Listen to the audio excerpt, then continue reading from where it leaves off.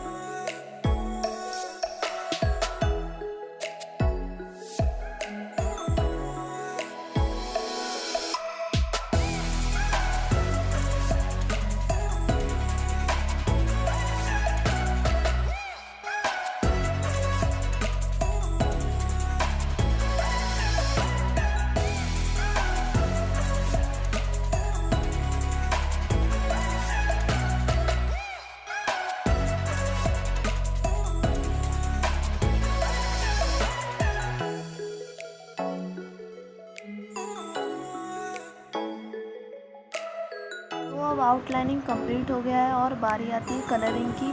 तो सबसे पहले मैं डोरेमोन में ब्लू कलर कर रही हूँ।